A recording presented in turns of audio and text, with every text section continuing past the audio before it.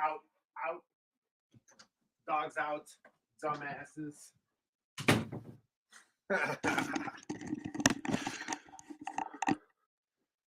What's up, everybody? We are live on Second City Gridiron. This is our going to be our final official podcast on the Second City Gridiron. This Second City Gridiron. I'm sure a lot of you know by now, but we are jumping over to Robert Schmitz's Run Pass Opinion. His YouTube channel has got well over 10,000 subscribers. He was gracious enough to say, hey, guys, we all have the same vision. We all have the same goals here. He's been gracious enough to bring us on over to that channel. So we are going to move everything over. This is probably our last official podcast on this channel. But all you guys that have subbed with us from the start, it's been a hell of a run, man. You guys really helped us out. A lot of interaction. We've really grown by leaps and bounds. I mean, we were on our way, but it's like a cheat code, man, getting Robert's channel. So we're appreciative of him, and we're appreciative of you guys for hanging out with us all the time. But I'm going to bring on my guy here real quick here to help me with this Bears post game. There you are, my guy. How you doing? I'm doing really, really good, Lester. Thank you very much for the opportunity. Excuse me. Devon Booker, you guys probably heard me on his podcast. I do his show all the time. I do a weekly Bears hit in season in his studio in beautiful Pleasant Prairie, Wisconsin. So it's kind of cool that I get you back on my. I've had you on my show one time before. Yes, sir. One time before. All right, so it's cool. So we're going to cut a quick podcast here, Devon. Let's get going. I don't like editing, so let's start the show real quick here. Let's start. All right, I'm gonna take a quick drink. What you sipping? Jack and Coke? Nah, it's tea, man. Iced tea. I'm a teetotaler here. I got you. All right, so we're gonna start the podcast. What is happening, Chicago Bears fans? This is T-Formation Conversation. I'm your host, Lester Wiltfong, and we are talking Bears Browns preseason finale post-game show. And I got my guy Devon Booker from the Line for Line podcast on to help me out. Devon, what's up, brother? Not a lot going on, young man. Just got done watching the Bears Browns, as you just stated. Impressed with a lot of things that I saw, and I'm just happy to be here on your channel, on your platform. The Bears, man, undefeated Bears. It's practice, right? It's just preseason, you know. It's just preseason. Because if you think it back, when the Giants won that Super Bowl against the Patriots, they did not win a single preseason game that year. So, you know, preseason games really don't mean much. It's just to get a look at the personnel that you have out there. And then on the flip side, the year the Detroit Lions went 0-16, they went 4-0 in a preseason. Exactly. That's practices. Exactly. But you know what? I'll tell you what, though, man. It's much better to talk about a practice game that's a win than a practice game that's a loss. And, you know, this game, man, it started off rough. I mean, that first series from the Bears was awful on offense. The O-line forgot to block. You know, it was just it did not look good at all. It definitely did not have me happy, because when you start the game off like that, you're just, is it just going to be another year of the Bears struggling to move the ball, struggling for the offense to do anything worth mentioning? It was just all bad. But then they turned it around pretty quickly, and it really turned some heads. I guarantee you, even though it was a preseason game, they turned a bunch of heads around the league and around the fandom as well. So we got to talk about Justin Fields. I mean, he was the star of the first half. And, you know, I was watching on NFL Plus. So I got the Cleveland feed, and they were hyped about Justin Fields in the first half. When the first quarter ended, I think he was something like 6 or 7. And they talked about how sharp he's looked, how good he looks within the offense. You know, I'm assuming you saw the same thing that everyone else saw, that Justin Fields, again, practice. Yes. But he was balling. The biggest thing that I saw was how much time he had in the pocket, how comfortable he looked, and how poised he looked, and how confident he looked delivering the football, whether it was a tight window or if it was just out in the flat as well, too. We have to speak on that, how comfortable he looked behind that offensive line today. And I'm sorry, guys, my dog just barked. He thought he heard something. But yes, the amount of time that he had, it was nothing short of phenomenal. What did you think worked well for him to have that much time and to be able to develop the play? It's the play action, man. It's the rollouts. I mean, it's I forget who had it during the game, but someone tweeted out. I think it was Kevin Kadick of CHGO. He made a tweet about you know, how Matt Nagy wouldn't do it last year. He just wouldn't roll them out. He wouldn't run the play action. And then here we are. You know, it's a small sample size in a preseason, but we've seen Luke Getsy's offense now running efficiently, whether it's Justin Fields or whether it's Trevor Siemian, whoever it is.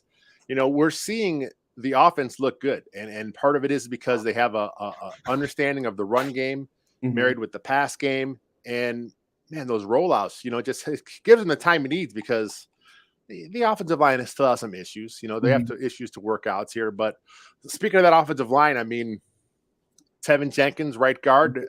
Did you like what you saw out of him? Oh, Tevin Jenkins, he was another player that looked really comfortable as well too. There was a couple players where I looked at it where it seemed like he kind of got bullied off of the line as well too. But there were just some things that he would have to clean up to go forward into the season. But I definitely think it's a surefire that we'll see him starting on opening day on the offensive line. It was him and Larry Borum. The first series wasn't the best, but like you said, I thought Tevin Jenkins kind of settled in, and that's kind of how he's been. The last few games is he had a slow start last week, and then he kind of picked it up a little bit. Same thing in KC when he was at right tackle. Slow start, kind of picked it up a little bit. The run game for him is easier at this point because when you're run blocking from guard, yeah, it's different than tackle, but the fundamentals are close. Pass blocking is where he's going to have some issues at right guard because he hasn't done it much. He has to understand where the stunt's coming from, and we saw a stunt early where him and Borum. I have to go back and rewatch the tape, and I'll do that tomorrow when we're on the my Bear and Balance podcast. Is our cool down takes. This is the immediate takes. We haven't had a chance to go back and check out the game yet, but that first series, it looked like there was a stunt. It may have caught Jenkins and Borum a little bit. So, are you comfortable if the Bears go into week one with Jenkins and Borum as their starters on the right side? A lot of people may not like that I say this, but I'm definitely comfortable with it because I know this will be a rebuilding year for the Bears as well too. So I'm confident with them getting those players out there, getting them developed. Because as me and you stated before on my podcast, the Bears may be a 5 to 6 win team as well too. So if we can get those players in there and get them developed and get reps at the position that we can assume that they're going to play going forward, I'm happy with it. You just said a 5. The Bears just won, man, 21-20. They're 3-0 in the preseason, and you're saying they're a 5 and a 6 win team.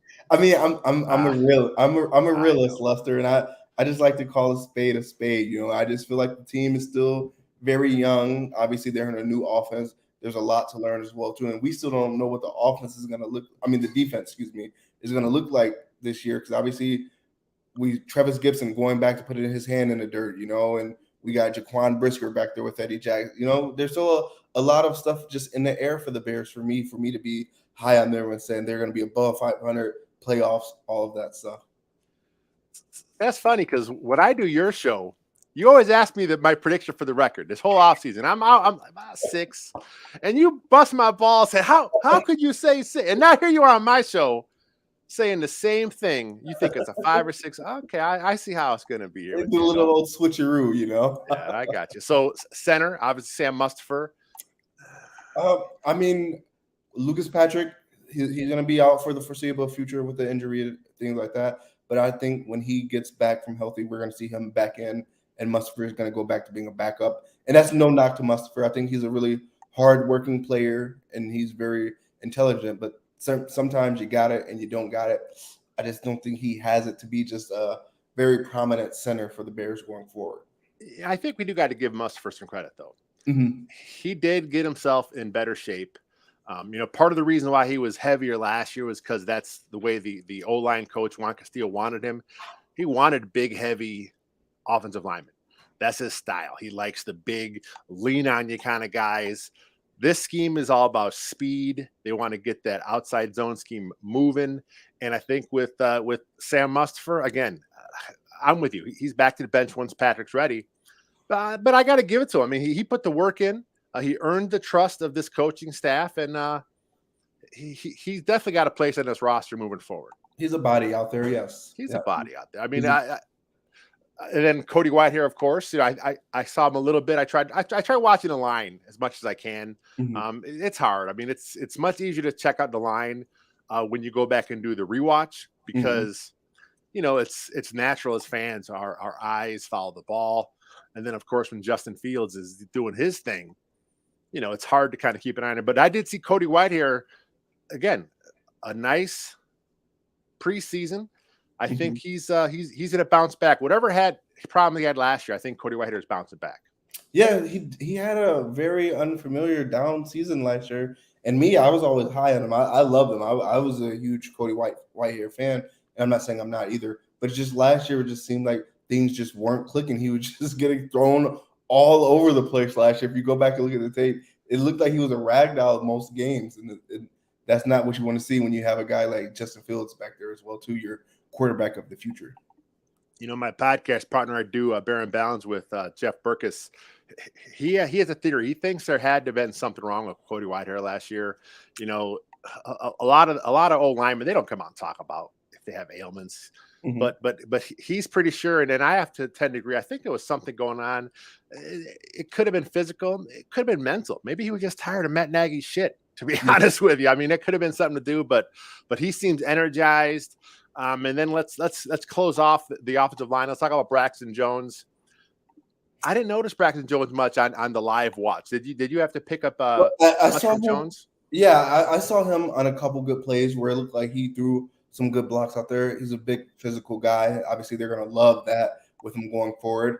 And obviously, with the stream that I was watching, it wasn't actual full screen. It was like half of a screen too. So I had that spectrum. Yeah, exactly. Yeah. Living in Wisconsin, having that Chicago feed. They let us watch the preseason, but once the season starts, that game is blacked out on that channel. So yeah, I didn't get the full zoom that I usually have when I watch the games. So I had a very limited eye on the game, but I definitely did see him in a couple plays, and he looked great and clean out there to me. Sorry to cut you off. Go ahead. I did see Tevin Jenkins a lot, especially they showed him on the sidelines a lot too. He's looking a little bit muscular, so he may be out with a vengeance right now. It's going to be scary. Well, that's another guy, Jenkins. I mean, he was heavy last year. He was like 350, 360. And again, that all points to Juan Castillo style, which there's nothing wrong with that. That's just what they wanted to do. It's more of a power run scheme. This scheme is different. So Jenkins cut the weight, and I'm glad to see him at right guard. I think it's a great fit for him moving forward. Braxton Jones, the first couple preseason games, he did have an issue with the bull rush. He didn't have it this week. I didn't see too much of there. The Browns didn't play all their guys, but they still played most of their starters out there, which of course the Bears did as well. But man, 21-0. They jumped out to a lead. Justin Fields. I just want to go back and talk a little bit more about Justin Fields. We're talking 14 for 16, 156 yards, 3 touchdowns, and they were nice touchdowns. And he had one to 2 tight ends, Griffin, Komet, and then he had the nice one in the end zone to Dante Pettis, wide receiver. I think Pettis may be pushing for a roster spot here. He looked really, really good. And like I said, it all starts with the protection up front. They made Justin Fields comfortable back there where he felt like he did not have to run for his life. He was able to stand back, stand strong, and deliver nice throws to these guys. Like, did you see the 19-yard pass he threw to EQ St. Brown? Yeah. My gosh, what were you thinking on that play? Just being able to see plays like that develop, I think Chicago Bears fans are going to have a lot to look forward to this upcoming season if they can continue to gel and grow like that. I like St. Brown. I think he has some upside in him. He's never going to be, a top X receiver in the NFL, but I think for what the Bears want to do, I think he's a nice fit at that X position. And I mean, there could be a move. I mean, the Bears have to cut down to 53 players by Tuesday at 3:00 Chicago time. And that bottom of the depth chart, behind a guy like St. Brown, we talk about a guy like Dante Pettis, Isaiah Coulter's in the mix, Simba Webster, Tajay Sharp has been hurt. So it's not a very popular receiving core amongst the NFL. They look at these guys as a bunch of guys that have a lot of question marks, but there's some guys fighting for a roster spot back there. But I do think it's possible, as our guy Scott here in the comments says, that possibly Mims from the Jets. He may be cut. There could be a trade possibility. Slayton, I believe Giants is a guy that could be free. So, there's guys out there to be had. I think Ryan Poles will be working at waiver wire a lot once the cuts happen for both O-line depth and receiver depth. Are there any other spots that you think the Bears could be looking at to bring some vets in? Well, like I definitely think that offensive line is their top priority, even if it's just a couple of guys for them to sit back so they can maybe work into rotation or things like that. But with the Chicago Bears offensive line, you can never be too sure about what they're going to do. And that's the area of concern that I feel like is the most important next to their secondary. They finally played Riley Reef a little bit today, and Did you see? Yeah, I saw that. I saw he's he all got paid right. I right. mean, but I still think the Bears want Borum. I think Borum is kind of. I think they're going to have another good week of practice to kind of really see how that shakes out. I did think they were grooming Borum to be the swing guy during the entire offseason. And then he just kind of kept getting better, and he kept kind of showing his worth to the coaching staff. And I know with a guy like Reef, I mean, he's got a big money deal, but a lot of it's incentive based. I'm not saying that has any bearing on what the Bears do to him. I mean, if he's the best guy, they're going to play him.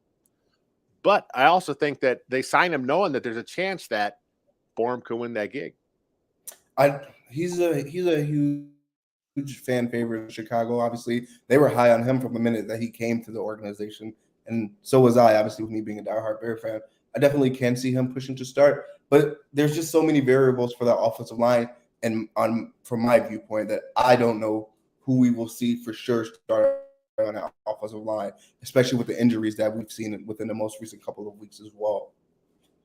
Yeah, I think if there's like a Josh Sitton situation where a proven starter is cut for a cap reason for something happened, I think that Bears may look to jump on it. But I think the Bears may be content. I think they realize who they are. They realize the future is far out. They realize that they have a nice young core, and I think they're going to go with the guys they got. I mean, I can't see them making a splash and bringing. I mean, especially a guy like Mims by a trade. I can't see him making a trade. They already made a trade for N'Keal Harry. I mean, that's the guy they traded for. So there's no more moves coming, I don't think. Devon, you froze, man. You got to get some internet over there, my friend. So let's go talk about the rookies.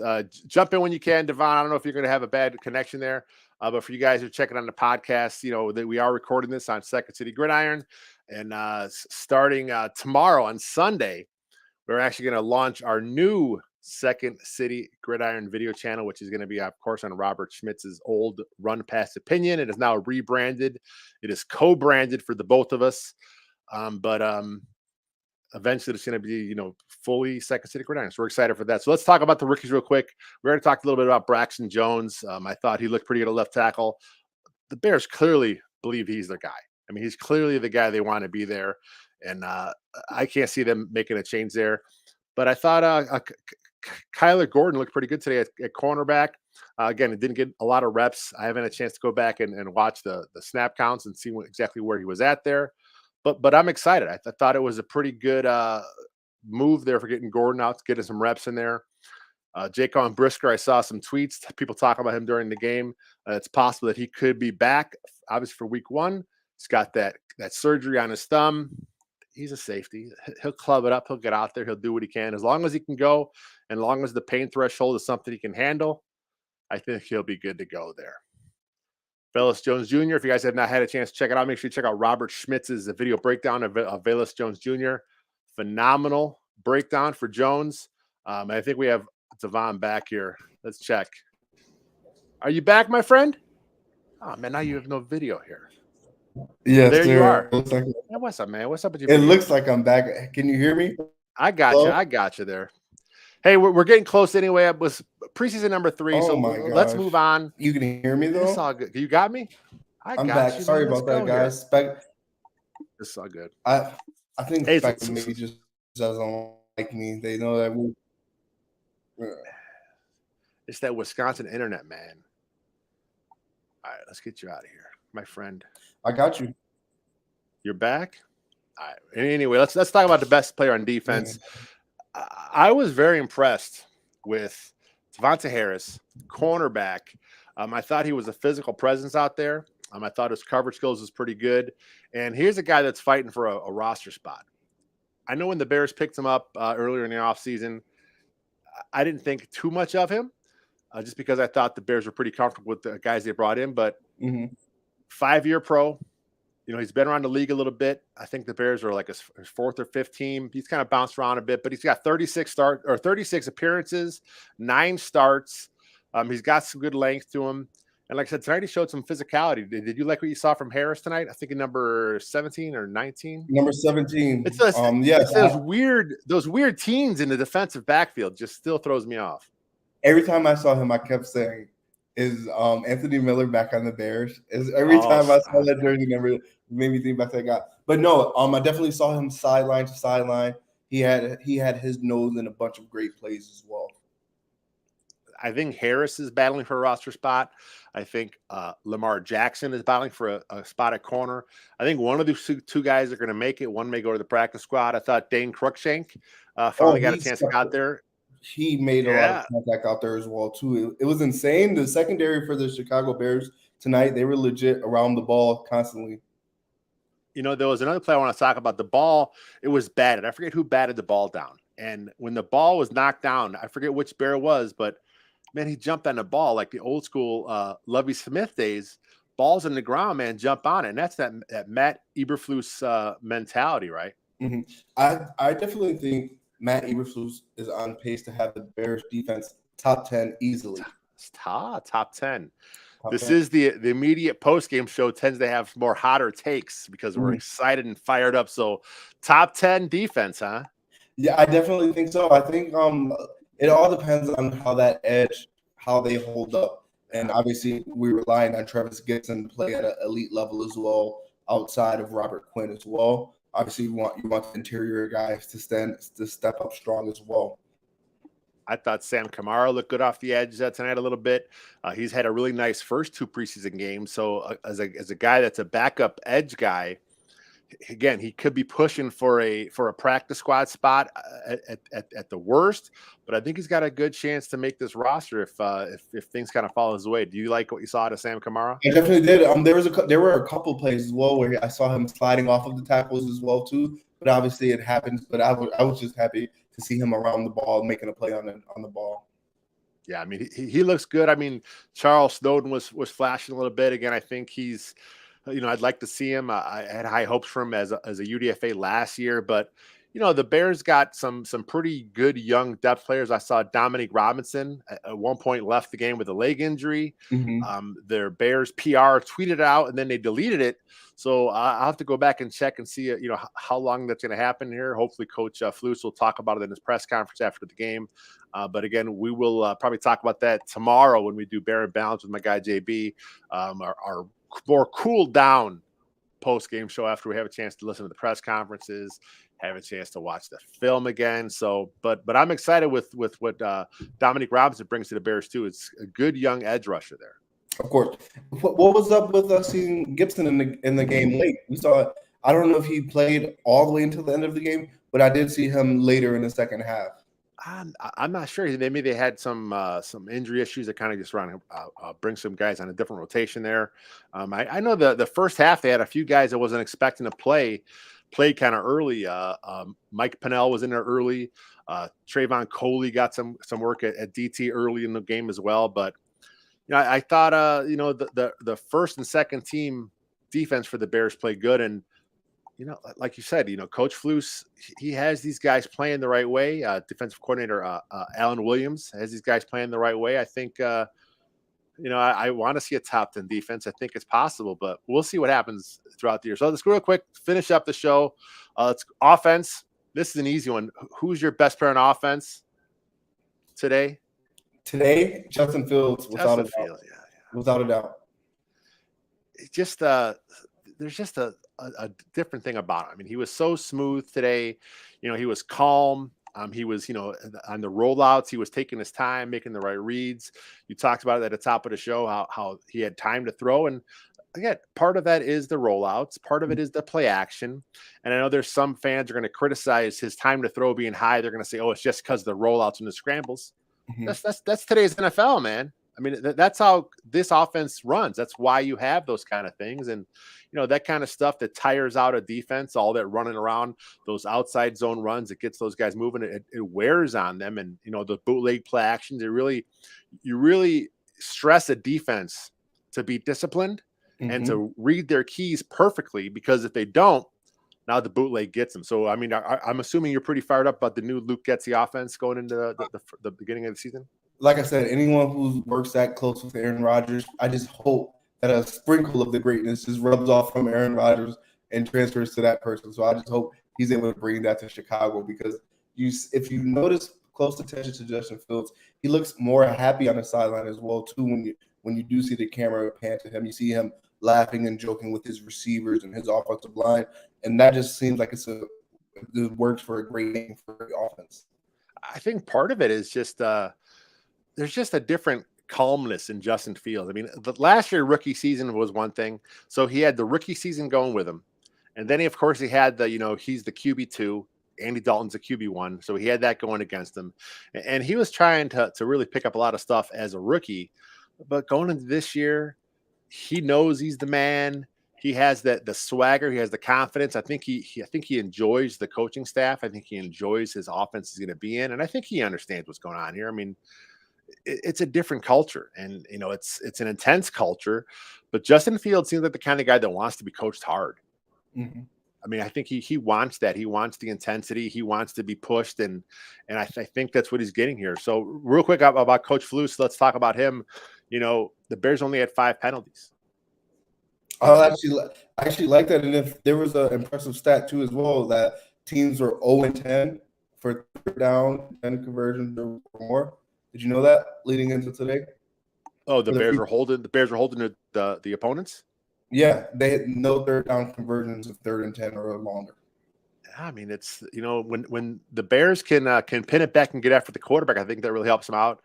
And we still haven't seen much of Robert Quinn. He didn't play this game against the Browns. He had a few reps last week, but I think Robert Quinn is going to be a guy if he stays. Obviously, there could be a trade on the horizon, but I think the mix of Al-Qadim Muhammad, Travis Gibson, Robert Quinn, that's a hell of a threesome coming off the edge.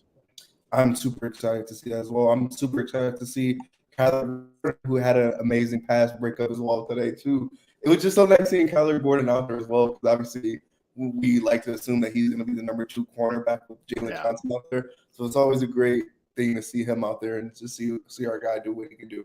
Well, it could be Kindle Vildor. I mean, Kindle Vildor, man, he's a better fit for this scheme. I know we have been very critical of him last year on your show. Very critical of Vildor, but he is a better fit for the scheme. And I mean, he's been running with the ones, whether he's outside with Gordon at nickel. Mm-hmm. I mean, maybe I was just going to say Vildor surprises.